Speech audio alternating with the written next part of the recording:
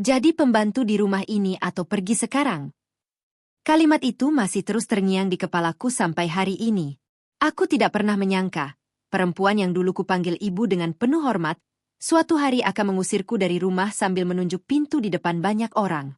Yang lebih menyakitkan lagi, suamiku berdiri hanya beberapa langkah dariku. Dia mendengar semuanya. Dia melihat bagaimana aku dipermalukan. Tapi bibirnya tetap terkunci. Kalau kalian jadi aku, apa yang akan kalian lakukan? Bertahan demi rumah tangga? Atau pergi demi menjaga harga diri? Tanganku gemetar. Rasanya seperti ada sesuatu yang runtuh di dalam dadaku. Berkali-kali aku mencoba menahan air mata, tapi tetap saja jatuh tanpa bisa kucegah. Aku menoleh ke arah Arga, berharap ada satu kalimat saja yang keluar dari mulutnya. Bu, jangan begitu. Hanya itu. Pelan. Nyaris tak terdengar. Lalu dia kembali diam. Diam yang selama bertahun-tahun selalu kupahami sebagai usaha menjaga kedamaian. Tapi hari itu aku baru sadar, diam juga bisa melukai lebih dalam daripada bentakan. Bu Ratna mendengus pelan. Kalau dia memang merasa berat kerja di rumah ini, suruh saja pergi. Dari awal juga dia cuma numpang hidup. Aku menggigit bibir bawahku. Numpang hidup. Dua kata itu terasa seperti tamparan. Padahal selama ini aku bahkan tidak pernah menganggap rumah itu sebagai beban mereka. Aku menganggapnya rumahku juga. Rumah tempat aku berharap bisa membangun keluarga kecil yang hangat bersama suamiku. Ternyata aku salah. Aku memejamkan mata beberapa detik. Andahlah. Mungkin sejak awal aku memang terlalu percaya bahwa semua pengorbanan akan dibalas dengan ketulusan. Nyatanya tidak. Kalau aku mengulang hidupku dari awal, mungkin ada banyak keputusan yang akan kupikirkan berkali-kali. Namaku Alia. Usiaku 30 tahun. Aku menikah dengan Arga hampir 5 tahun yang lalu. Saat itu aku memiliki pekerjaan tetap di sebuah perusahaan ekspedisi. Gajinya memang tidak besar, tapi cukup membuatku mandiri. Aku punya penghasilan sendiri, punya teman kerja yang baik, dan perlahan mulai menabung untuk masa depan. Sampai akhirnya Arga melamarku. Dia laki-laki yang lembut. Tidak banyak bicara. Selalu mengalah. Justru sikap tenangnya itulah yang membuatku jatuh cinta. Waktu itu dia berkata padaku, "Kalau nanti kita menikah, aku cuma ingin kita saling jaga." Kalimat sederhana itu berhasil membuatku yakin meninggalkan kehidupan lamaku. Setelah menikah, kami sepakat tinggal sementara di rumah ibunya. Katanya hanya 1 atau 2 tahun. Sambil menabung untuk membeli rumah sendiri. Aku tidak keberatan.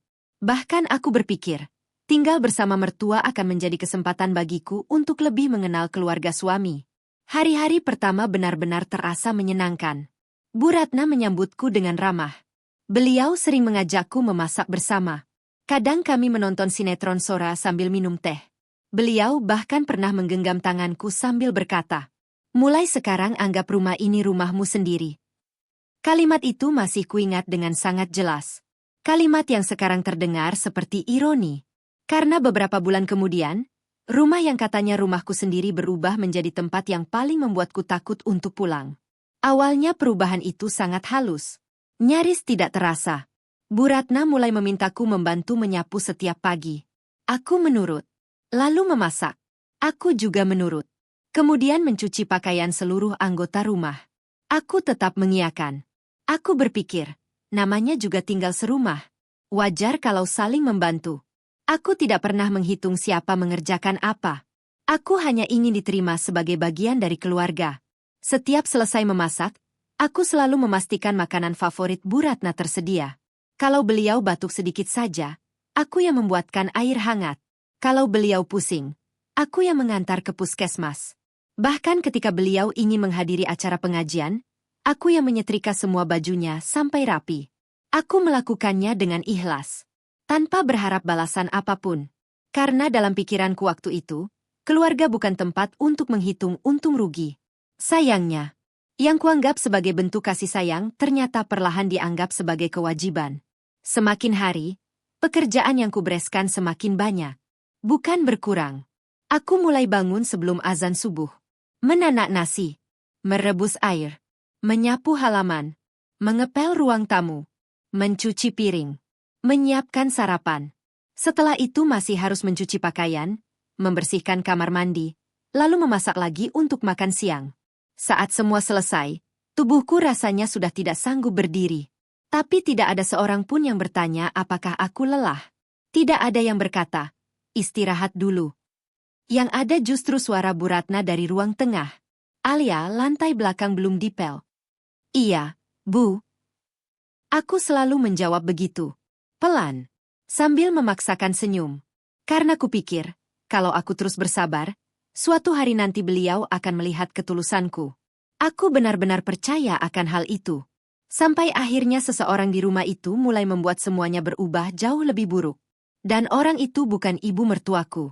Orang itu adalah Rina. Adik perempuan Arga. Usianya 27 tahun. Belum menikah dan masih tinggal bersama Bu Ratna. Awalnya hubunganku dengannya baik-baik saja. Kami sering memasak bersama, bercanda di dapur, bahkan sesekali pergi ke pasar berdua. Aku benar-benar menganggapnya seperti adik kandung. Kalau aku membeli makanan, aku selalu membelikan untuknya. Kalau menerima bonus dari pekerjaan lamaku yang masih tersisa di tabungan, aku sering membelikannya baju atau kerudung tanpa diminta. Aku tidak pernah menghitung semua itu. Bagiku, keluarga memang seharusnya saling memberi. Tapi perlahan, aku mulai melihat perubahan sikapnya. Setiap kali Arga membantuku mencuci piring atau mengangkat galon, Rina selalu menatap sinis. Laki-laki kok disuruh kerja dapur? Kalimat itu sering ia ucapkan sambil tertawa kecil. Aku langsung menjawab. Bukan aku yang nyuruh. Mas Arga memang suka bantu. Rina hanya mengangkat bahu. Kalau sudah menikah, laki-laki biasanya berubah. Dulu Mas Arga nggak pernah kayak gini. Aku memilih diam. Kupikir ucapan itu hanya candaan. Ternyata bukan. Sejak hari itu, Rina mulai sering mengadu kepada Bu Ratna. Alia tadi nyuruh Mas Arga nyuci motor. Mas Arga sekarang capek terus gara-gara Alia. Kasihan Mas Arga. Pulang kerja masih disuruh ini itu. Padahal kenyataannya tidak pernah seperti itu. Justru setiap Arga pulang bekerja, aku selalu menyiapkan air hangat, makan malam, dan pakaian gantinya. Aku bahkan melarangnya membantu pekerjaan rumah karena tahu tubuhnya sudah lelah. Sayangnya, penjelasanku tidak pernah benar-benar didengar. Sedikit demi sedikit, pandangan Bu Ratna kepadaku mulai berubah. Beliau tidak lagi memanggilku dengan nada lembut. Tidak lagi bertanya apakah aku sudah makan. Yang sering kudengar justru kalimat-kalimat seperti, Alia, jemuran belum diangkat. Alia, kamar Rina masih berantakan. Alia, dapur kok masih kotor. Semuanya selalu Alia. Seolah-olah seluruh rumah itu adalah tanggung jawabku seorang diri. Suatu pagi, aku terbangun dengan kepala yang terasa berat. Badanku meriang. Tenggorokanku sakit. Semalaman aku hampir tidak bisa tidur karena demam. Aku berharap bisa beristirahat sebentar setelah menyiapkan sarapan. Namun baru saja aku duduk di kursi dapur, suara Bu Ratna terdengar dari ruang tamu. Alia. Iya, Bu. Kamar mandi belakang belum disikat. Baik, Bu. Aku berdiri perlahan. Kepalaku berputar. Pandanganku sempat mengabur beberapa detik. Aku berpegangan pada kusen pintu agar tidak jatuh. Rina yang melihatku hanya melirik sekilas. Badan sehat kok manja. Aku menelan ludah. Ingin rasanya menjelaskan kalau aku benar-benar sedang tidak enak badan. Tapi kata-kata itu tertahan di tenggorokan. Karena setiap kali aku mencoba mengeluh, jawabannya selalu sama. Perempuan itu harus kuat. Aku akhirnya mengambil sikat kamar mandi. Tanganku terasa lemas. Saat sedang menggosok lantai, keringat dingin bercampur air mata jatuh tanpa kusadari.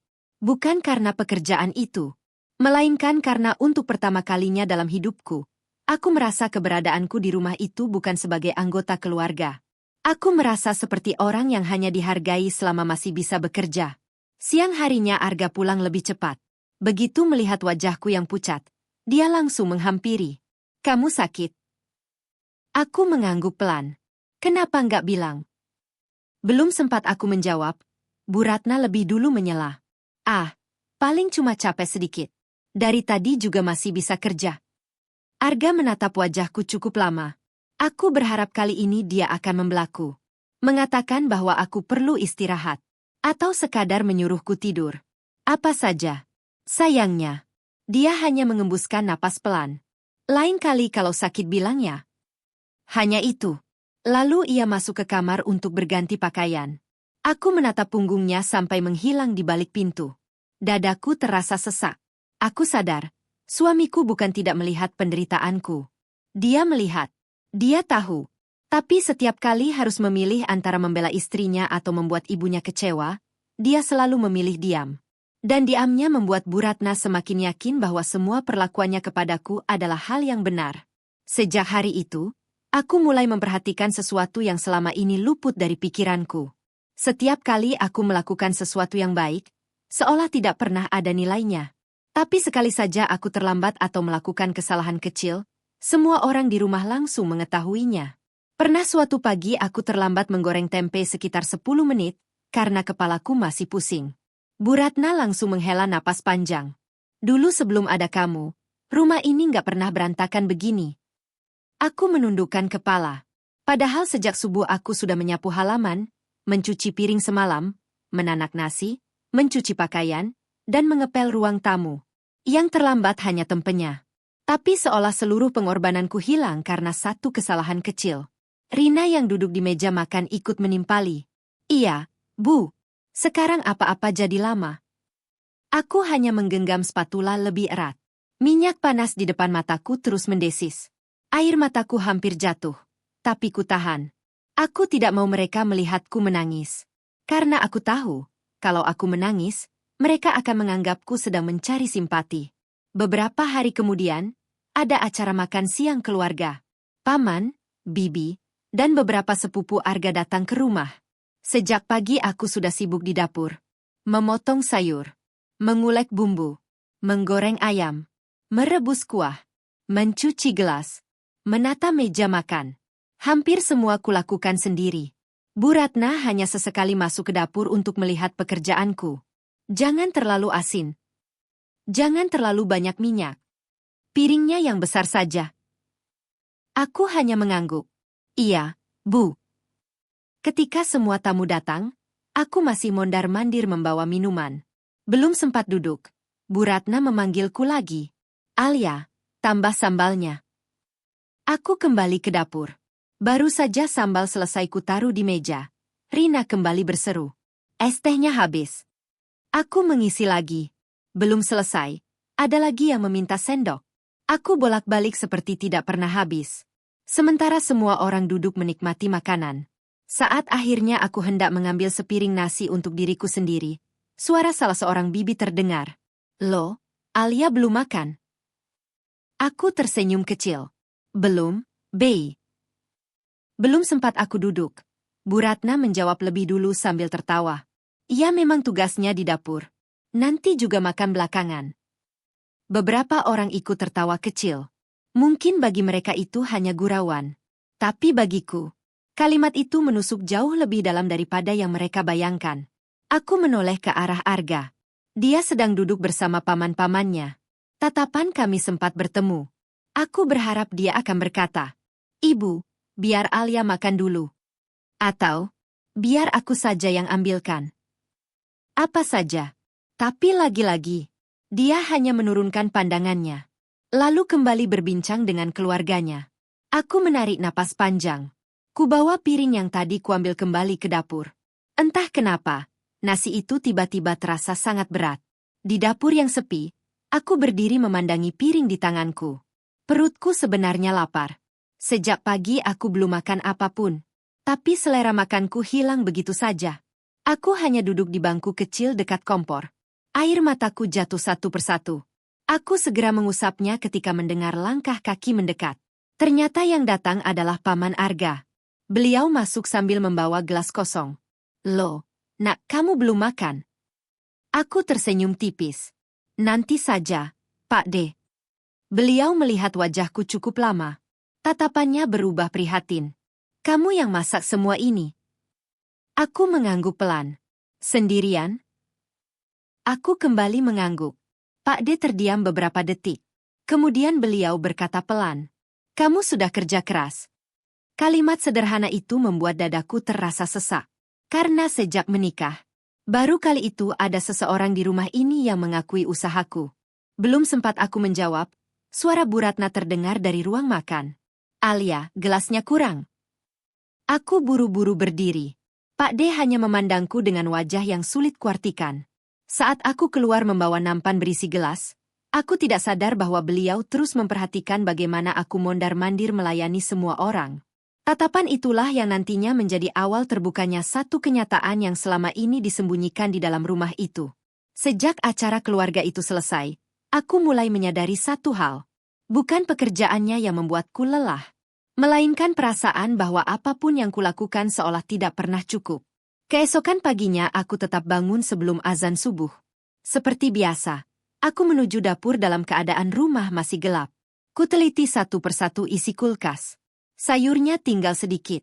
Telur juga hampir habis. Aku mengambil dompet kecilku.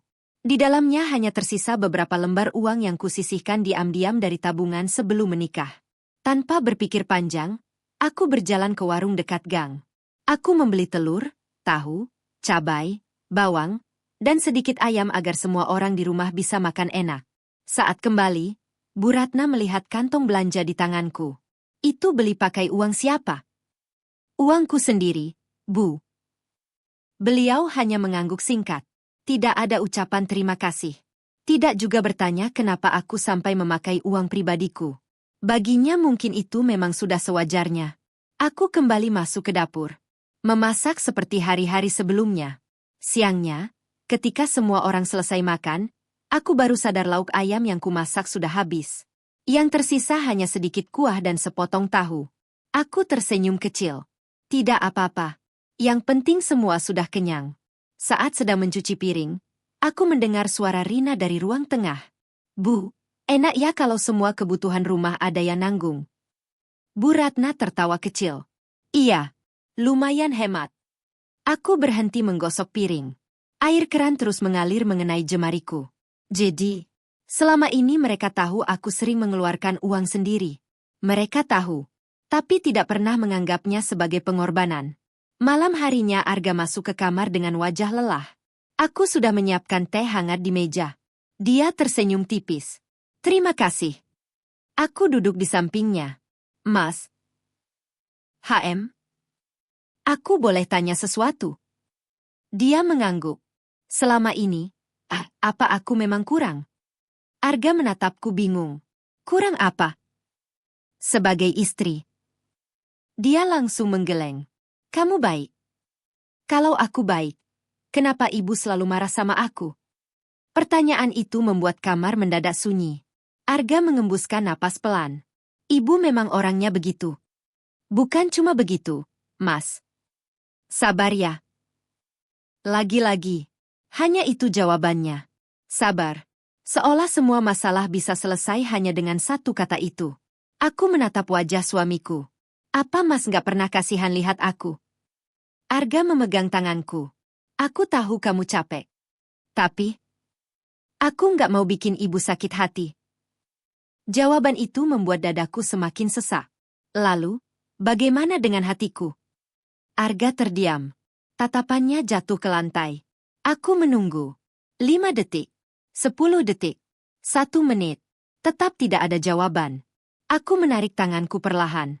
Untuk pertama kalinya sejak menikah, aku merasa sedang berbicara dengan orang yang sangat jauh dariku. Padahal kami duduk berdampingan. Beberapa hari kemudian, sebuah kejadian kecil membuka mataku lebih lebar.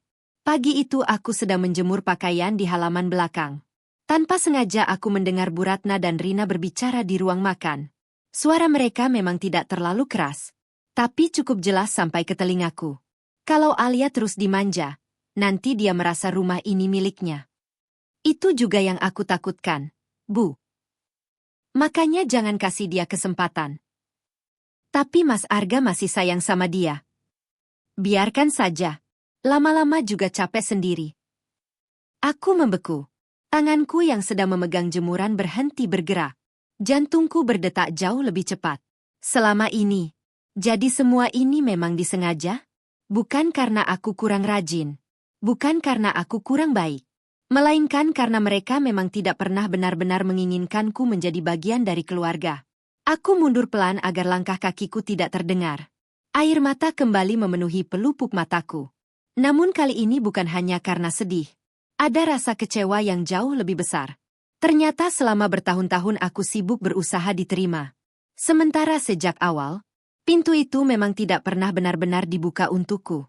Sejak mendengar percakapan itu, ada sesuatu yang berubah dalam diriku.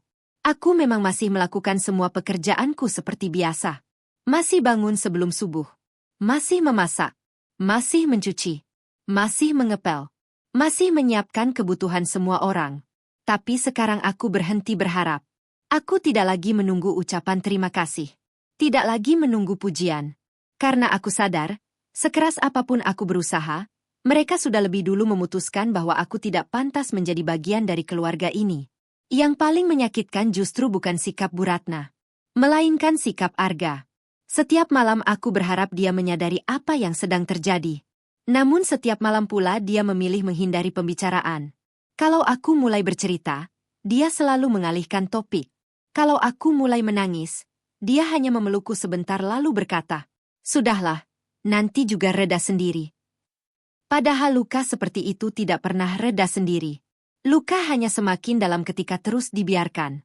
Suatu sore hujan turun cukup deras. Arga belum pulang bekerja. Listrik sempat padam beberapa kali. Aku sedang melipat pakaian di ruang keluarga ketika Bu Ratna keluar dari kamarnya. Beliau melihat tumpukan pakaian di sofa. "Kok belum disimpan?" "Baru selesai dilipat, Bu." "Kalau kerja jangan setengah-setengah." "Iya, Bu." Beliau berjalan menuju dapur. Beberapa menit kemudian terdengar suara piring jatuh. "Alia." Aku langsung berlari. "Ada apa, Bu?" "Lihat ini." Beliau menunjuk lantai. Sepiring kerupuk pecah berserakan. "Ini siapa yang naruh di pinggir meja?" "Aku kurang tahu, Bu." "Jangan jawab nggak tahu." Aku terdiam.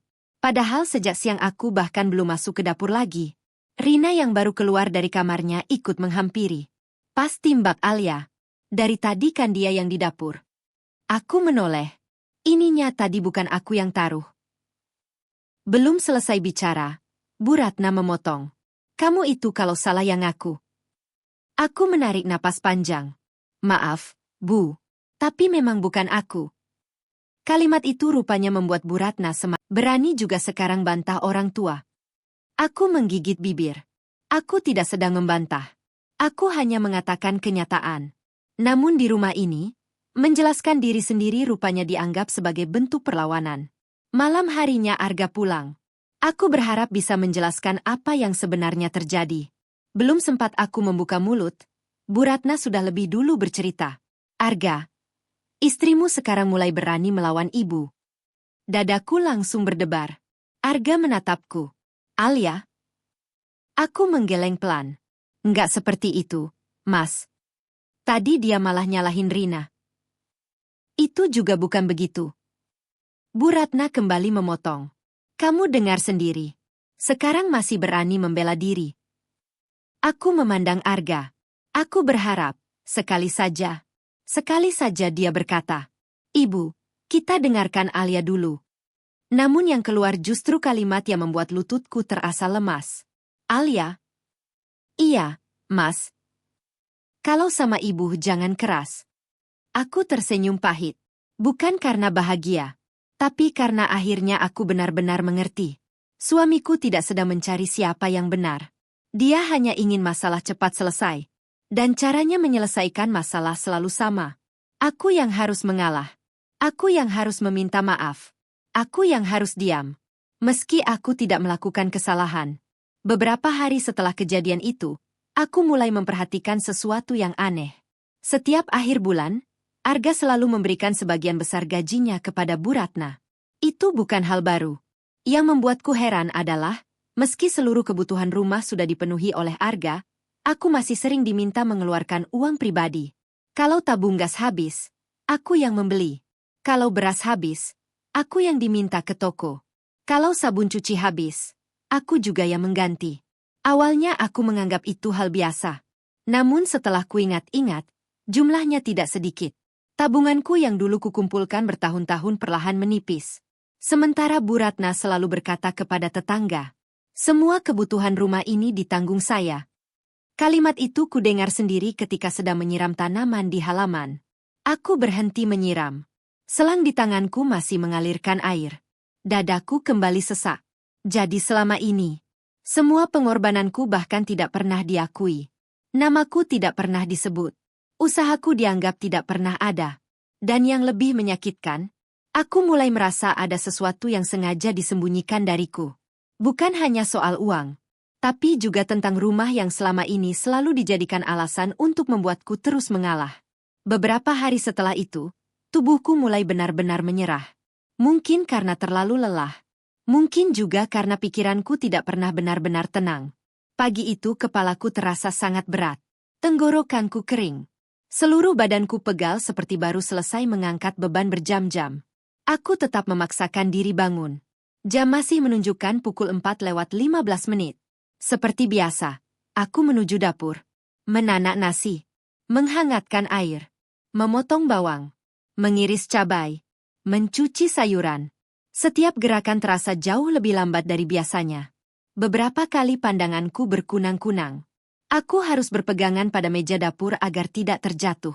Saat sedang menggoreng telur, minyak panas memercik ke punggung tanganku. Aduh. Refleks aku menarik tangan. Kulitku langsung memerah. Namun aku hanya meniupnya pelan lalu kembali melanjutkan memasak. Karena aku tahu, kalau sarapan terlambat sedikit saja, akan ada omelan yang menungguku. Benar saja. Belum sempat semua masakan selesai, Bu Ratna sudah masuk ke dapur. Masih belum jadi? Sebentar lagi, Bu. Masak telur saja lama. Aku hanya mengangguk. Beliau sama sekali tidak memperhatikan wajahku yang pucat. Tidak juga bertanya kenapa suaraku terdengar serak. Yang penting baginya, semua pekerjaan harus selesai. Pagi itu, setelah semua orang berangkat beraktivitas, tubuhku akhirnya tidak sanggup lagi bertahan. Aku terduduk di lantai dapur. Napas terasa berat. Keringat dingin membasahi pelipisku. Tanpa sadar air mataku ikut mengalir. Aku tidak menangis karena sakit. Aku menangis karena merasa sendirian. Rumah yang seharusnya menjadi tempat paling nyaman justru menjadi tempat yang paling menguras tenaga dan perasaanku. Beberapa menit kemudian aku mencoba berdiri. Namun kakiku mendadak lemas. Brak. Ember berisi pakaian kotor terjatuh. Air sabun mengalir ke lantai. Suara itu membuat Bu Ratna keluar dari kamarnya. Ada apa lagi? Beliau melihat lantai yang basah. Bukannya menghampiri atau memastikan keadaanku, beliau justru menggeleng pelan. Makanya kalau kerja jangan ceroboh.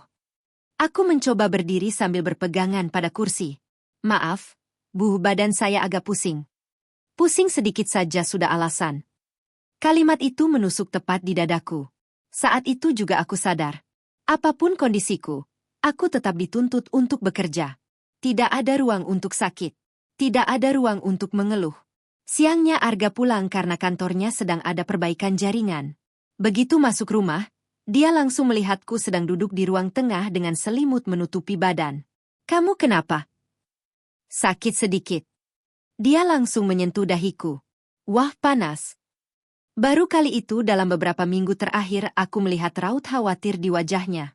Sudah minum obat? Aku menggeleng. Belum sempat Arga berkata lagi, Bu Ratna datang membawa sapu. Kalau cuma demam biasa nggak usah dibawa manja. Arga menoleh. Ibu, kayaknya Alia memang lagi nggak enak badan. Bu Ratna langsung menjawab cepat. Perempuan itu memang harus kuat. Dulu waktu ibu seusia dia, sambil sakit tetap ngurus 3 anak. Arga kembali diam. Aku memperhatikan wajahnya. Dia terlihat ragu. Ingin membantuku. Tapi juga tidak ingin membantah ibunya.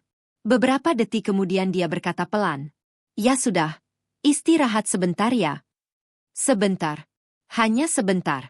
Karena belum 1 jam aku berbaring. Suara Bu Ratna kembali terdengar dari luar kamar. Alia, cucian masih numpuk. Aku memejamkan mata. Air mataku kembali mengalir. Aku ingin sekali pura-pura tidak mendengar. Ingin sekali membiarkan tubuhku beristirahat. Namun bayangan omelan yang akan kudengar nanti membuatku perlahan bangkit dari tempat tidur. Aku berjalan keluar kamar dengan langkah yang masih limbung. Arga melihatku. Kamu mau kemana? Nyuci dulu. Loh, kamu kan masih sakit. Aku tersenyum tipis. Kalau nggak dikerjakan, nanti tambah panjang urusannya. Arga seperti ingin mengatakan sesuatu. Bibirnya sempat terbuka. Namun akhirnya kembali tertutup. Dia hanya memandangku berjalan menuju halaman belakang sambil membawa keranjang cucian. Hari itu, di bawah terik matahari, sambil menahan demam dan pusing, aku mencuci pakaian seluruh penghuni rumah. Tanganku gemetar setiap kali memeras baju. Napas terasa pendek. Beberapa kali pandanganku mengabur. Saat itulah, untuk pertama kalinya, sebuah pertanyaan muncul begitu jelas di dalam kepalaku. Apa aku benar-benar masih ingin menghabiskan sisa hidupku di rumah ini? Pertanyaan itu terus berputar di benakku.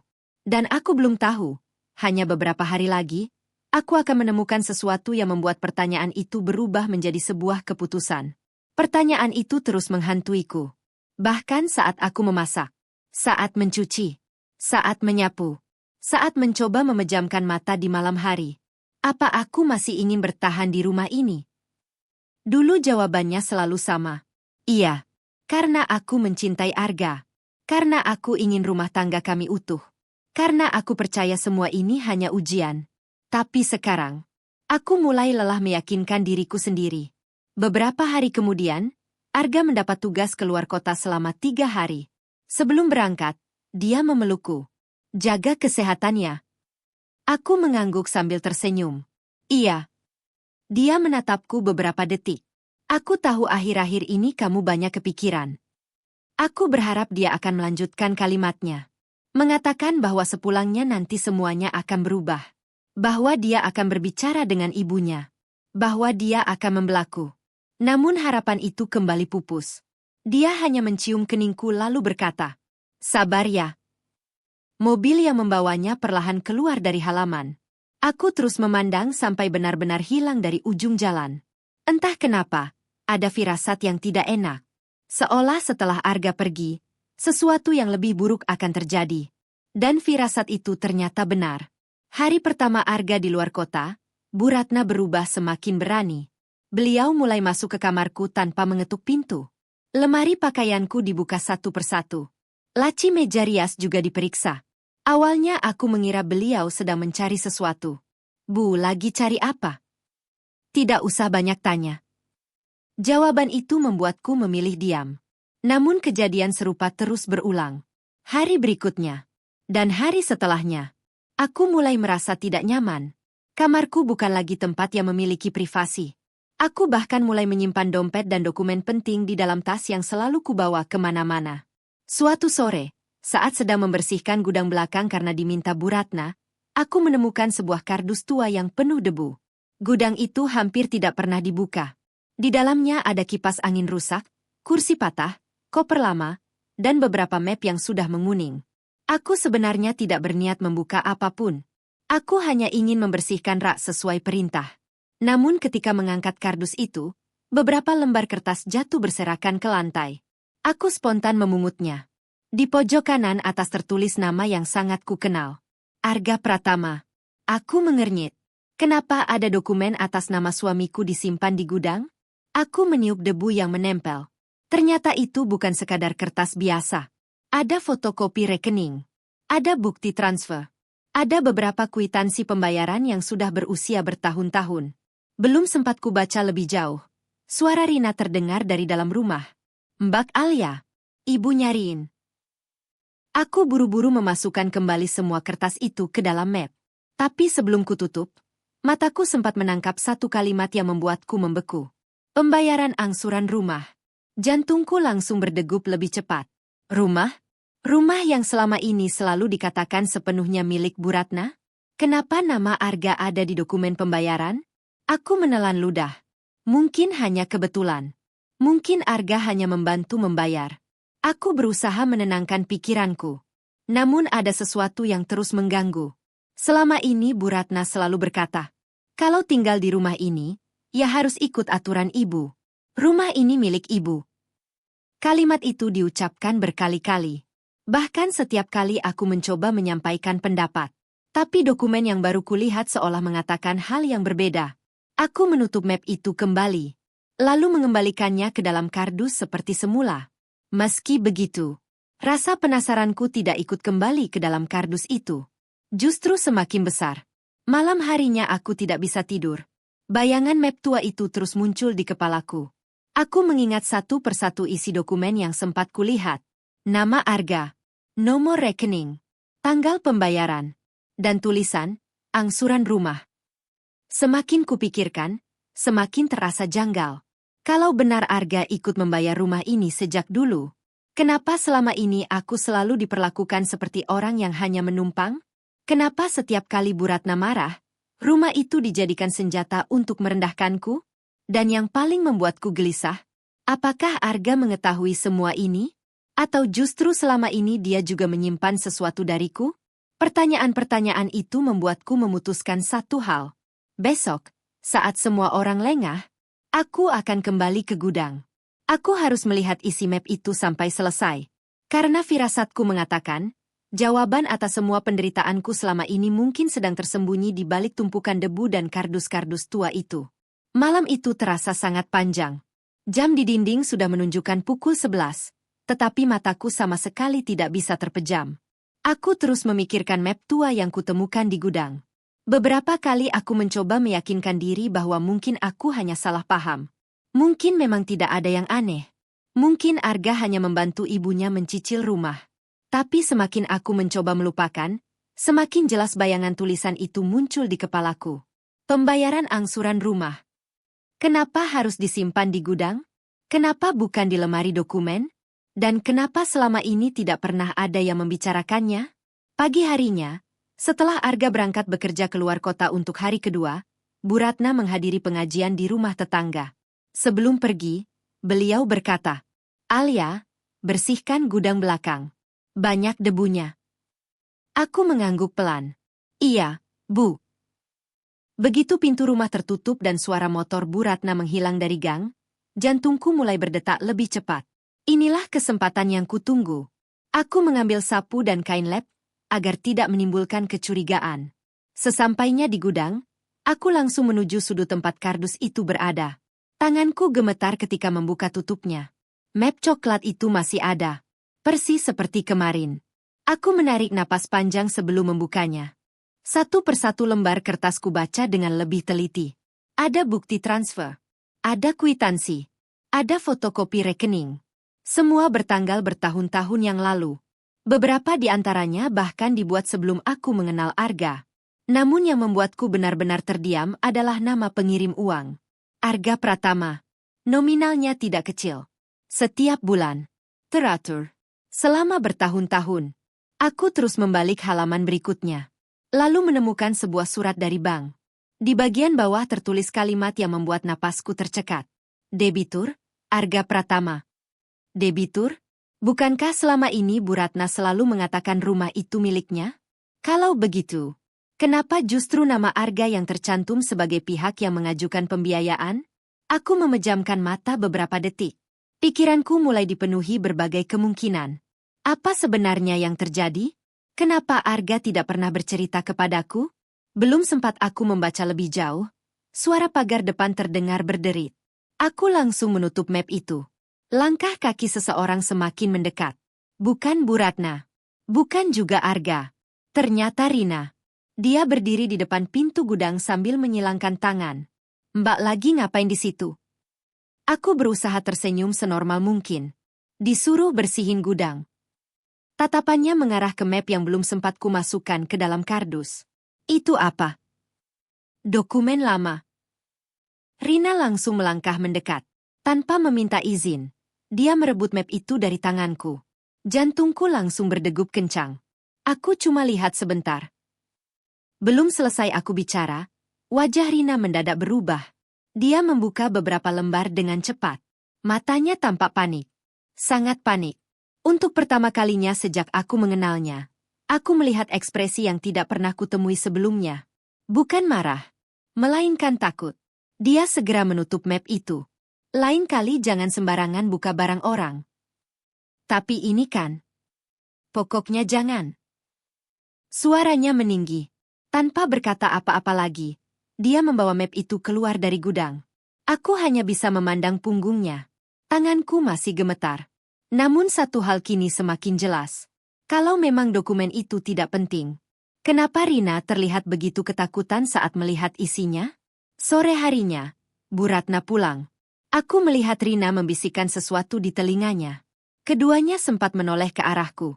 Tatapan mereka membuat bulu kuduku meremang. Beberapa menit kemudian, Bu Ratna memanggilku ke ruang tamu. Alia. Iya, Bu. Mulai hari ini, gudang belakang tidak usah kamu bersihkan lagi.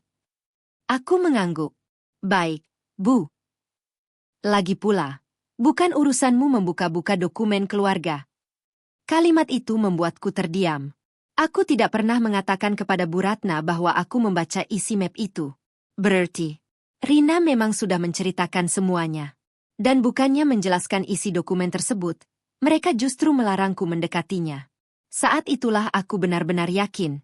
Rahasia yang selama ini mereka sembunyikan jauh lebih besar daripada yang kubayangkan. Dan aku baru saja menyentuh bagian paling sensitif dari rahasia itu. Sejak hari itu, suasana rumah berubah. Bukan menjadi lebih baik. Justru semakin mencekam. Bu Ratna tidak lagi sekadar menyuruhku mengerjakan pekerjaan rumah. Kini setiap gerak-geriku seperti diawasi. Kalau aku terlalu lama di dapur, beliau akan datang. Lama amat? Masa apa? Kalau aku menyapu halaman, beliau berdiri di teras sambil memperhatikanku. Kalau aku menerima telepon dari siapapun, beliau bertanya, "Siapa itu?" Awalnya kupikir aku hanya terlalu curiga. Tapi semakin hari, perasaanku semakin yakin. Mereka takut aku mengetahui sesuatu. Dan ketakutan itu membuat mereka mulai kehilangan kendali. Malam harinya Arga menelepon dari luar kota. Aku sebenarnya ingin menceritakan semuanya. Tentang map itu. Tentang nama Arga yang tertulis sebagai debitur. Tentang sikap panik Rina. Namun ketika telepon tersambung, suara Arga terdengar sangat lelah. Gimana di rumah? Baik. Ibu sehat? Iya. Kamu sehat? Aku terdiam beberapa detik. Ingin sekali menjawab tidak. Ingin sekali mengatakan kalau aku sudah tidak kuat. Tapi entah kenapa, kata-kata itu tidak keluar. Sehat. Syukurlah. Lalu pembicaraan kami berhenti di situ. Tidak ada lagi yang dibahas. Setelah telepon ditutup, aku justru menangis. Aku merasa semakin jauh dari suamiku. Bukan karena jarak kota, melainkan karena kami sudah terlalu lama menyembunyikan isi hati masing-masing. Keesokan paginya, saat sedang menyapu ruang tamu, mataku tertuju pada sebuah amplop putih yang terselip di bawah meja televisi. Sepertinya jatuh dari tumpukan surat. Aku mengambilnya. Di bagian depan tertulis nama sebuah kantor notaris. Belum sempat kubalik, Bu Ratna muncul dari arah dapur. Wajahnya langsung berubah. Itu dari mana? Tadi ada di bawah meja, Bu. Beliau hampir merebut amplop itu dari tanganku. Lain kali jangan pegang surat yang bukan punya kamu. Iya, Bu. Beliau memeluk amplop itu erat. Lalu membawanya masuk ke kamar. Sikapnya membuatku semakin yakin. Bukan hanya map di gudang. Masih ada dokumen lain yang sengaja disembunyikan. Dan semuanya pasti berkaitan dengan rumah ini. Sore harinya, Pak De Hadi, paman Arga yang sempat berbicara denganku saat acara keluarga, datang berkunjung. Bu Ratna sedang pergi ke pasar. Di rumah hanya ada aku dan Rina. Arga belum pulang ya? Tanya Pak De. Mas masih di luar kota, Pak De. Oh begitu. Aku segera membuatkan teh. Saat meletakkan cangkir di meja, Pak De memperhatikanku cukup lama. Kamu kelihatan kurusan. Aku hanya tersenyum. Enggak apa-apa, Pak De. Beliau menghela napas pelan. Nah. Iya. Kamu bahagia tinggal di sini? Pertanyaan itu membuat tanganku berhenti bergerak. Aku tidak langsung menjawab. Karena aku takut. Takut kalau jawabanku terdengar oleh Rina. Takut kalau nanti semuanya justru semakin rumit. Melihat aku diam, Pak De berkata pelan. Dulu almarhum ayahnya Arga pernah menitipkan pesan sama saya. Aku langsung menoleh. Ayah Mas Arga? Pak De mengangguk. Beliau bilang, apapun yang terjadi nanti, Arga harus punya kehidupan sendiri. Jangan terus bergantung pada rumah ini. Jantungku berdetak lebih cepat. Pak De melanjutkan. Sebenarnya sejak dulu ayah Arga sudah ingin rumah itu menjadi pegangan untuk anaknya. Aku semakin bingung. Maksud Pak D? Beliau seperti hendak menjawab. Namun tiba-tiba suara pagar berbunyi. Bu Ratna pulang. Wajah Pak langsung berubah. Beliau menghentikan ucapannya. Beberapa menit kemudian, Bu Ratna masuk ke ruang tamu sambil membawa kantong belanja. Begitu melihat Pak D, senyumnya langsung mengembang. Wah, Mas datang? Iya, kebetulan lewat. Obrolan mereka pun berubah menjadi pembicaraan biasa. Tentang harga sembako, tentang tetangga, tentang cuaca. Tak ada lagi yang membahas rumah. Tak ada lagi yang menyinggung pesan almarhum ayah Arga. Namun sebelum Pak D pulang, beliau sempat menatapku. Tatapan itu seolah ingin mengatakan sesuatu. Lalu, saat menyalamiku, beliau menyelipkan secari kertas kecil ke telapak tanganku. Tanpa diketahui siapapun, aku tidak langsung membukanya. Kertas itu kusimpan di saku celemek. Baru setelah malam tiba dan semua orang tertidur, aku menguncikan pintu kamar. Tanganku bergetar ketika membuka lipatan kertas itu. Di sana hanya ada satu kalimat yang ditulis dengan tinta biru. Kalau ingin tahu kebenaran tentang rumah ini, temui saya sendirian. Jangan bilang siapapun. Di bagian bawahnya tertulis sebuah alamat dan nama. Pak Hadi. Aku membaca tulisan itu berkali-kali. Kalau ingin tahu kebenaran tentang rumah ini, temui saya sendirian. Jangan bilang siapapun. Tanganku mulai dingin. Selama ini aku selalu mengira hanya aku yang merasa ada sesuatu yang disembunyikan di rumah ini. Ternyata, Pak D. Hadi juga mengetahui sesuatu. Aku melipat kembali kertas itu lalu menyelipkannya ke dalam dompet. Semalaman aku tidak bisa tidur. Berkali-kali aku menimbang. Haruskah aku datang? Bagaimana kalau ini hanya kesalahpahaman? Bagaimana kalau justru membuat rumah tanggaku semakin hancur? Tapi di sisi lain, kalau aku terus diam, mungkin aku tidak akan pernah tahu kenapa selama bertahun-tahun aku diperlakukan seperti orang asing di rumah itu. Keesokan paginya Arga menelepon. Aku selesai lebih cepat. Besok sore sudah pulang. Hatiku sedikit lega. Aku tunggu ya, Mas. Iya. Mas. HM. Aku hampir saja menceritakan semuanya. Tentang surat Pak D. Tentang map di gudang. Tentang semua kejanggalan yang kutemukan. Namun sebelum sempat berbicara, terdengar suara seseorang memanggil Arga dari kejauhan. Lagi rapat ya? Iya. Nanti kita ngobrol lagi. Telepon pun terputus. Aku memandangi layar ponsel yang kembali gelap. Lagi-lagi, kesempatanku menghilang. Siang harinya aku memutuskan menemui Pak D. Hadi. Aku berpamitan kepada Bu Ratna dengan alasan ingin membeli bahan masakan. Beliau tidak terlalu curiga. Jangan lama-lama. Iya, Bu. Tanganku berkeringat sepanjang perjalanan. Alamat yang diberikan ternyata berada di sebuah rumah sederhana, sekitar 15 menit dari tempat kami. Pak D sendiri yang membukakan pintu. Wah, kamu datang. Aku mengangguk pelan. Maaf mengganggu, Pak D. Enggak. Justru Pak D senang kamu datang. Beliau mengajakku masuk. Rumahnya sederhana. Bersih. Di ruang tamu terpajang foto-foto keluarga, termasuk sebuah foto lama yang langsung menarik perhatianku. Di foto itu ada Arga. Masih remaja. Berdiri di samping seorang laki-laki yang wajahnya sangat mirip dengannya. Itu ayahnya Arga. Aku mengangguk. Aku belum pernah bertemu almarhum ayah mertuaku karena beliau sudah meninggal beberapa tahun sebelum aku menikah. Pak D menuangkan teh hangat, lalu duduk tepat di depanku.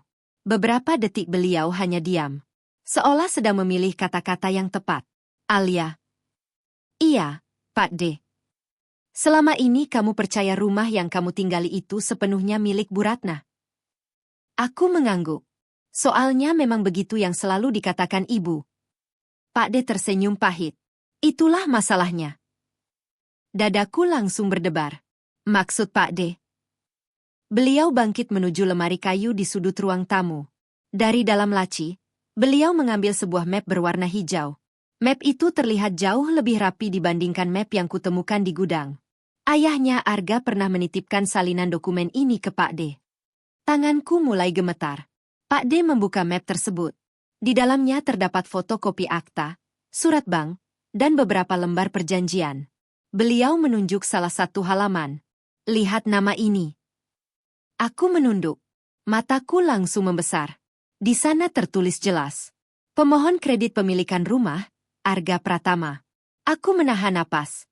Tapi, bukannya waktu itu Mas Arga masih muda? Iya. Terus, bagaimana bisa? Pak D mengangguk pelan. Karena ayahnya Arga yang mengurus semuanya sebelum meninggal. Aku masih belum mengerti.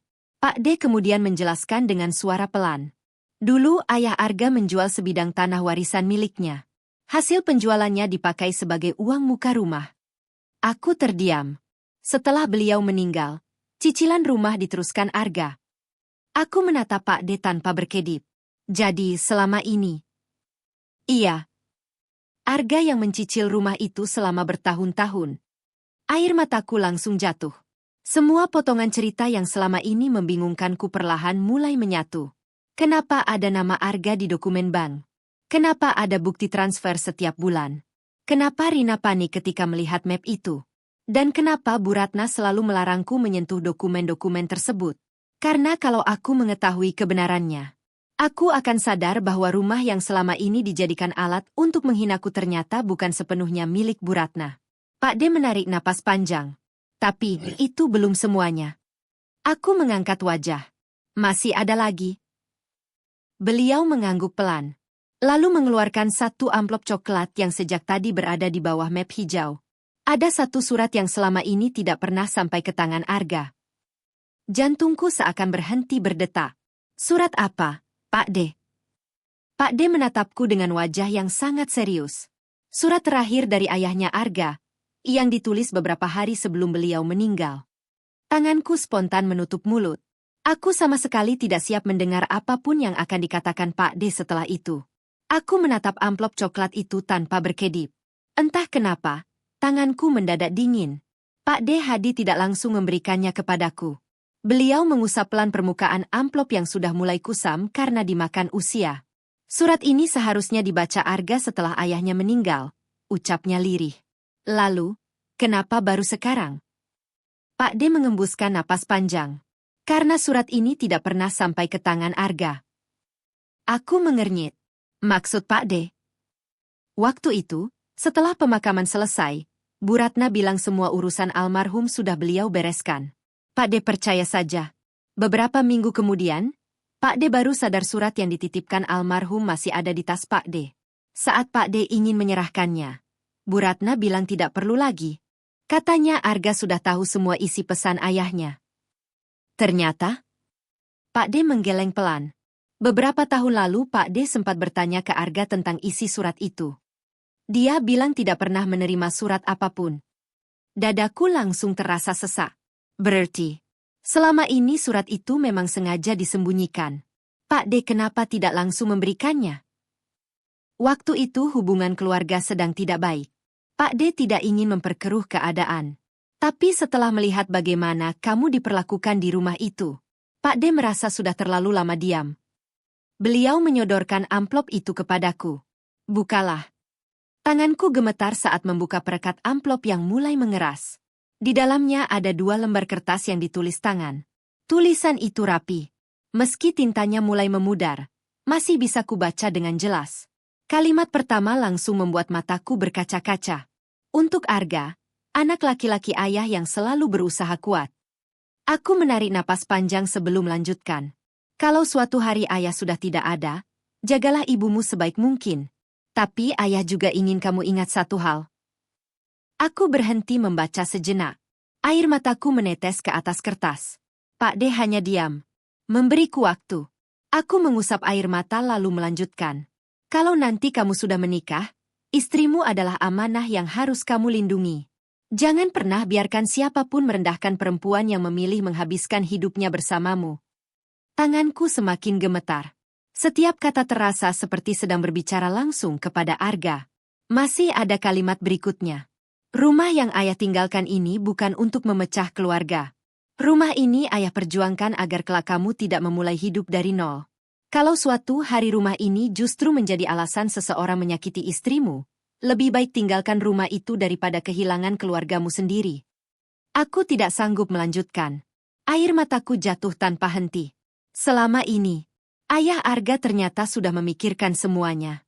Beliau bahkan sudah mengingatkan kemungkinan yang kini benar-benar terjadi. Pak D mengambil kembali surat itu dengan hati-hati. Almarhum mengenal sifat istrinya. Aku mengangkat wajah. Maksud Pak D? Beliau tahu Bu Ratna sangat menyayangi anak-anaknya. Tapi beliau juga tahu, kalau tidak ada yang mengingatkan, rasa sayang itu bisa berubah menjadi keinginan menguasai. Aku terdiam. Semua potongan teka-teki mulai tersusun. Bukan karena Bu Ratna membenciku sejak awal, melainkan karena beliau takut kehilangan pengaruh atas Arga. Aku mengingat kembali semua kejadian selama 5 tahun terakhir. Setiap kali Arga membelaku, Bu Ratna langsung menangis. Setiap kali Arga mengajakku mencari rumah kontrakan, Bu Ratna tiba-tiba jatuh sakit. Setiap kali kami berencana hidup mandiri, selalu ada alasan agar kami tetap tinggal. Dan aku selama ini mengira semuanya terjadi secara kebetulan. Pak D memandangku dengan sorot mata yang teduh.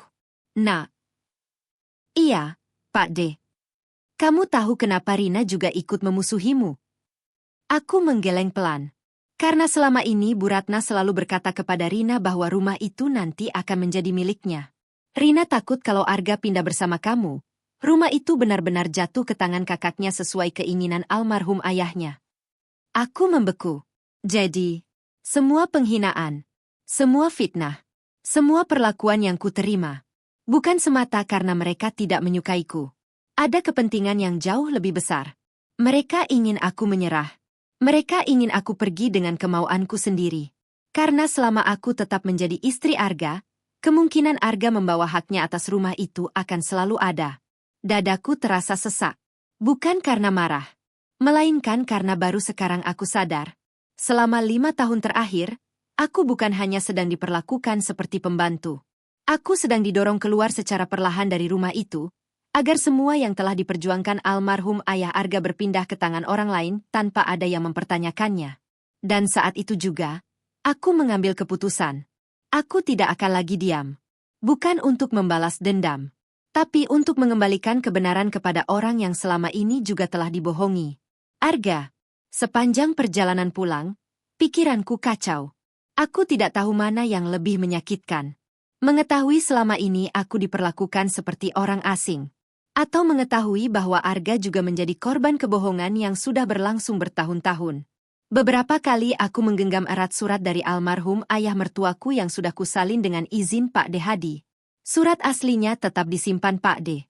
Katanya, saat yang tepat belum tiba. Kalau nanti harus dibuka di depan keluarga, biar Pak D yang membawa aslinya. Kalimat itu terus terngiang di kepalaku. Aku menarik napas panjang. Aku tidak ingin ada keributan. Aku hanya ingin semua orang mengetahui kebenaran. Sore harinya Arga pulang dari luar kota. Aku sudah menunggunya di teras. Begitu turun dari mobil, wajahnya terlihat lelah, tetapi tetap tersenyum saat melihatku. Kamu kok di luar? Aku nunggu Mas. Dia mengusap kepalaku pelan. Kangen ya? Aku hanya mengangguk. Kalau biasanya aku akan langsung mengambil tas kerjanya, kali ini aku hanya berdiri memandang wajahnya. Ada begitu banyak pertanyaan yang ingin kusampaikan. Namun aku tidak tahu harus memulai dari mana. Malam itu, setelah semua orang tidur, aku mengajak Arga keluar ke teras belakang. Mas, aku mau ngomong. Arga mengangguk. Ada apa? Aku mengeluarkan fotokopi surat yang diberikan Pak D. Belum kuberikan. Aku bertanya lebih dulu. Mas, selama ini rumah ini sebenarnya milik siapa? Arga terlihat heran. Loh, ya rumah ibu. Yakin? Dia mengangguk pelan. Iya. Memang kenapa? Aku menatap matanya. Mas pernah mencicil rumah ini? Wajah Arga langsung berubah. Siapa yang bilang? Jawab dulu. Dia terdiam cukup lama, lalu mengangguk pelan. Iya. Sejak kapan? Sejak ayah meninggal. Dadaku semakin sesak. Kenapa Mas nggak pernah cerita? Arga menundukkan kepala. Soalnya rumah itu memang buat ibu. Terus semua uang yang Mas bayar selama ini. Aku nggak pernah ngitung. Mas. Aku menggenggam tangannya. Mas tahu nggak? Selama ini aku sering diusir dengan alasan rumah itu sepenuhnya milik ibu. Arga terdiam. Tatapannya mulai gelisah. Aku pikir, ibu cuma lagi emosi. Sudah berkali-kali, Mas. Aku menceritakan semuanya. Tentang penghinaan. Tentang map di gudang. Tentang surat bank. Tentang percakapan Bu Ratna dan Rina.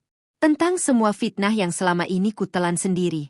Semakin lama aku bercerita, wajah Arga semakin pucat. Beberapa kali dia memejamkan mata. Beberapa kali pula dia mengusap wajahnya sendiri. Aku benar-benar nggak tahu semuanya separah ini. Aku tersenyum pahit. Mas memang nggak tahu. Karena setiap aku mau cerita, Mas selalu bilang aku harus sabar. Kalimat itu membuat Arga menundukkan kepala lebih dalam. Untuk pertama kalinya sejak kami menikah, aku melihat bahunya bergetar. Suaranya terdengar serak. Maaf. Hanya satu kata. Tapi kali ini berbeda. Bukan maaf karena telat pulang. Bukan maaf karena lupa membeli sesuatu. Melainkan maaf yang keluar dari hati seorang suami yang baru menyadari bahwa istrinya sudah terlalu lama berjuang sendirian. Aku gagal melindungi kamu. Air mataku kembali jatuh. Aku nggak butuh rumah besar, Mas. Aku juga nggak butuh harta. Aku cuma butuh suami yang berdiri di sampingku waktu aku diperlakukan tidak adil. Tangis Arga akhirnya pecah. Selama 5 tahun aku mengenalnya. Baru malam itu aku melihatnya menangis seperti anak kecil. Aku pikir, kalau aku diam, semuanya akan membaik. Aku menggeleng pelan. Diam Mas justru membuat mereka merasa benar. Arga mengusap air matanya. Lalu aku menyerahkan fotokopi surat dari almarhum ayahnya. Ini? Apa ini? Pesan terakhir ayah. Arga mengernyit. Surat. Ayah nggak pernah ninggalin surat. Aku menatapnya pelan. Ayah memang meninggalkan surat. Hanya saja, surat itu tidak pernah sampai ke tangan Mas. Wajah Arga seketika membeku. Tangannya gemetar saat menerima lembar kertas itu. Matanya bergerak membaca setiap baris. Belum sampai setengah halaman, air matanya kembali jatuh. Bibirnya bergetar hebat. Ayah. Suara itu nyaris tidak terdengar. Ia memegang surat itu dengan kedua tangan, seolah takut kertas tersebut akan hilang. Saat membaca bagian yang berbunyi, jangan pernah biarkan siapapun merendahkan perempuan yang memilih hidup bersamamu. Arga langsung menutup wajahnya. Tangisnya pecah. Ia menangis lebih keras daripada sebelumnya. Dan di sela-sela isaknya, ia mengucapkan kalimat yang selama ini paling ingin kudengar. Alia, besok pagi kita selesaikan semuanya. Aku menatap wajahnya. Sorot matanya tidak lagi sama. Untuk pertama kalinya, aku melihat keberanian yang selama ini hilang dari diri suamiku. Malam itu hampir tidak ada yang tidur. Aku duduk di tepi ranjang sambil memandangi Arga yang sejak tadi masih membaca surat dari ayahnya. Berkali-kali, seolah dia berharap isi surat itu akan berubah. Namun setiap kali sampai pada kalimat yang sama, air matanya kembali jatuh. Aku benar-benar gagal. Yah. Suara Arga terdengar lirih.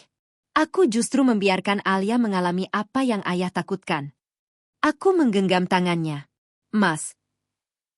Aku malu sama diriku sendiri. Untuk pertama kalinya, aku melihat suamiku menyalahkan dirinya sendiri, bukan mencari alasan. Aku pikir selama ini aku anak yang baik karena selalu menuruti ibu. Dia menarik napas panjang. Ternyata aku lupa, setelah menikah, tanggung jawab terbesarku bukan lagi menjadi anak yang selalu menurut. Dia menoleh kepadaku, tapi menjadi suami yang melindungi istrinya. Aku tidak sanggup berkata apa-apa. Aku hanya mengangguk pelan. Selama 5 tahun. Baru malam itu aku merasa benar-benar didengar. Pagi harinya suasana rumah terlihat seperti biasa. Bu Ratna sedang menyiram tanaman. Rina sibuk bermain ponsel di ruang tamu. Aku menyiapkan sarapan seperti biasanya. Namun ada satu hal yang berbeda. Hari itu, aku tidak lagi merasa takut. Arga keluar dari kamar dengan wajah yang tenang. Dia menghampiri ibunya. Bu, habis sarapan kita ngobrol ya? Bu Ratna tersenyum. Mau ngobrol apa? Soal rumah. Senyum itu perlahan menghilang. Rumah kenapa? Nanti saja. Jawaban Arga singkat, tapi cukup membuat Bu Ratna terlihat gelisah. Aku bisa melihat perubahan wajahnya. Beliau beberapa kali melirik ke arahku, seolah sedang menebak apakah aku sudah mengetahui sesuatu. Setelah semua selesai makan, Arga meminta semua orang berkumpul di ruang tamu. Aku duduk di sampingnya. Untuk pertama kalinya sejak menikah, suamiku sendiri yang mempersilahkanku duduk di sebelahnya. Bukan di dapur, bukan di belakang, melainkan di sisinya. Bu Ratna duduk tepat di depan kami. Rina terlihat memainkan jemarinya sendiri. Memangnya ada apa? Tanya Bu Ratna. Arga mengeluarkan fotokopi surat ayahnya. Belum sempat membukanya, Bu Ratna langsung mengenali amplop itu. Wajahnya mendadak pucat. Itu, dari mana kamu dapat? Arga menatap ibunya. Dari Pak Dahadi. Ruangan langsung sunyi. Rina ikut menoleh ke arah ibunya. Bu Ratna mencoba tersenyum. Itu surat lama. Untuk apa dibahas lagi? Arga menggeleng. Karena aku baru membacanya semalam.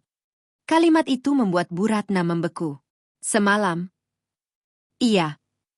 Tidak mungkin. Arga menarik napas panjang. 15 tahun, Bu.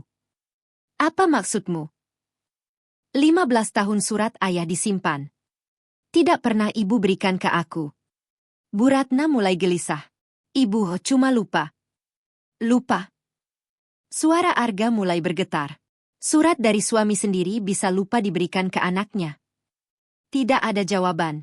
Aku melihat tangan Bu Ratna mulai gemetar. Beliau beberapa kali membasahi bibirnya yang mendadak kering. Aku juga baru tahu. Lanjut Arga.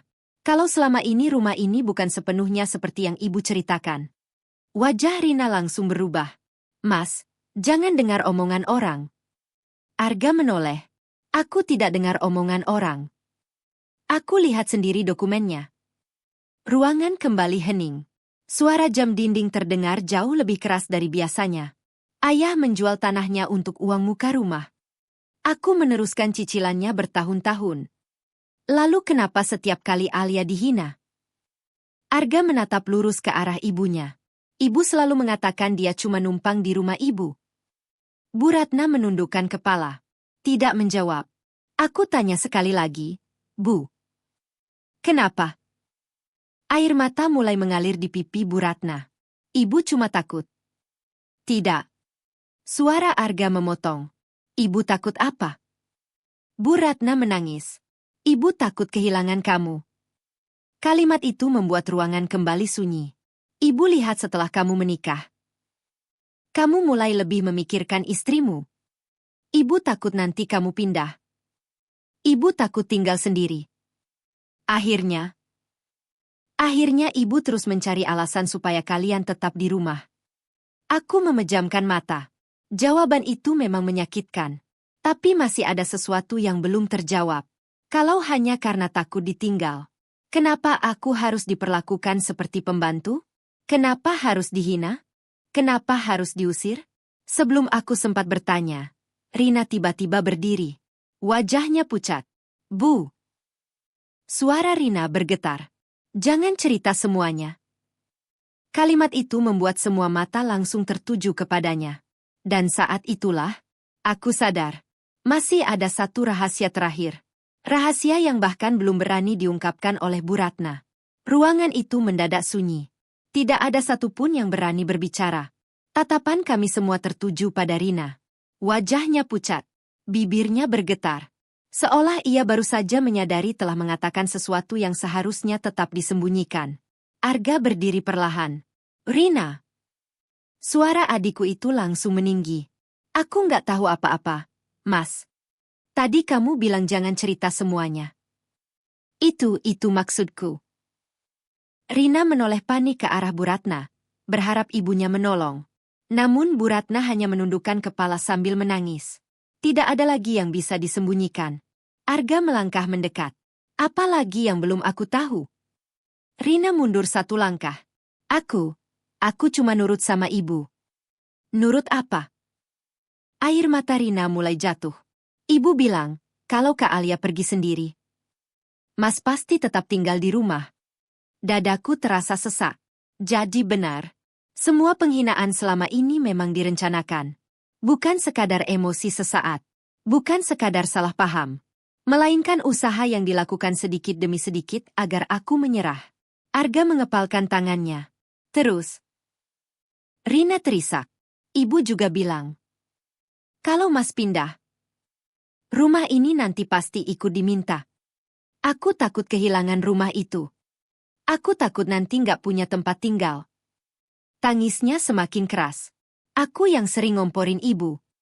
Aku yang bilang Kak Alia manja. Aku yang bilang Kak Alia mulai menguasai Mas. Aku bohong. Padahal Kak Alia nggak pernah melakukan itu. Aku memejamkan mata. Semua fitnah yang selama ini tidak pernah bisa kubela. Akhirnya terungkap dari mulut orang yang melakukannya sendiri. Arga menatap adiknya dengan mata yang berkaca-kaca.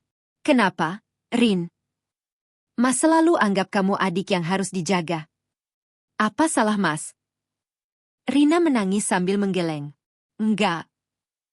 Terus kenapa kamu hancurkan rumah tangga Mas? Rina tidak mampu menjawab. Ia hanya menangis sambil menutupi wajahnya. Beberapa detik kemudian, Bu Ratna bangkit dari duduknya. Beliau berjalan pelan ke arahku. Lututnya perlahan menyentuh lantai. Aku terkejut. Bu.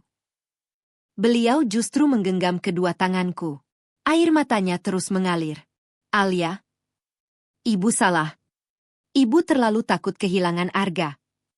Ibu pikir, kalau kamu merasa tidak betah, kamu akan pergi sendiri. Ibu nggak pernah menyangka semuanya akan sejauh ini. Aku hanya diam. Aku ingin marah. Ingin bertanya kenapa beliau tega melakukan semua itu. Tapi melihat perempuan yang selama ini selalu tampak kuat kini menangis di hadapanku, hatiku justru terasa semakin berat. Ibu minta maaf. Karena sudah memperlakukan kamu seperti orang asing. Padahal kamu selalu berusaha menjadi anak ibu. Aku menutup mata. Seketika semua kenangan selama 5 tahun terakhir berputar di kepalaku. Bangun sebelum subuh. Mencuci. Memasak. Menahan demam. Menangis sendirian di dapur. Dianggap pembantu. Dipermalukan di depan keluarga. Diusir dari rumah yang ikut dibangun oleh keringat suamiku. Luka-luka itu tidak mungkin hilang hanya karena satu kata maaf. Arga kemudian berdiri di sampingku. Dia menatap ibunya dengan mata yang sembab. Bu. Aku tetap anak ibu. Sampai kapanpun. Tapi mulai hari ini, aku juga akan menjadi suami yang seharusnya. Bu Ratna menangis semakin keras. Arga lalu menoleh kepadaku. Alia, aku nggak mau tinggal di rumah ini lagi. Bukan karena membenci ibu, tapi karena aku ingin menepati pesan ayah. Dia menggenggam tanganku erat. Kita mulai lagi dari nol. Kontrak rumah kecil juga nggak apa-apa. Asal aku bisa memastikan. Nggak ada lagi yang membuat istriku merasa sendirian. Aku tidak mampu menahan air mata. Inilah kalimat yang selama 5 tahun terakhir selalu ingin kudengar. Bukan tentang rumah. Bukan tentang harta. Melainkan tentang keberanian seorang suami berdiri di samping istrinya. 2 minggu kemudian, kami benar-benar pindah ke sebuah rumah kontrakan sederhana. Hanya 2 kamar. Atapnya masih sering bocor saat hujan deras. Dapurnya sempit. Halamannya nyaris tidak ada. Namun untuk pertama kalinya sejak menikah, aku merasa benar-benar pulang. Pagi hari, saat aku bangun untuk memasak, Arga ikut masuk ke dapur. Aku bantu potong bawang. Aku tertawa kecil. Nanti pedas. Enggak apa-apa.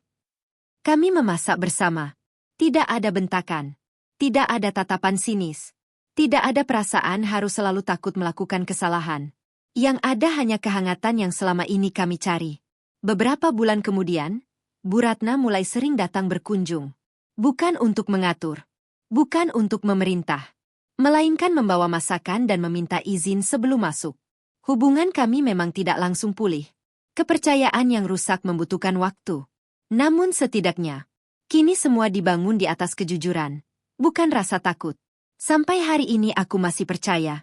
Memaafkan bukan berarti melupakan. Memaafkan adalah memilih berhenti membawa kebencian, tanpa harus kembali membiarkan diri disakiti. Kalau kalian berada di posisiku, apakah kalian akan memilih memaafkan seperti yang kulakukan, atau justru memilih mengakhiri pernikahan sejak pertama kali diperlakukan seperti pembantu?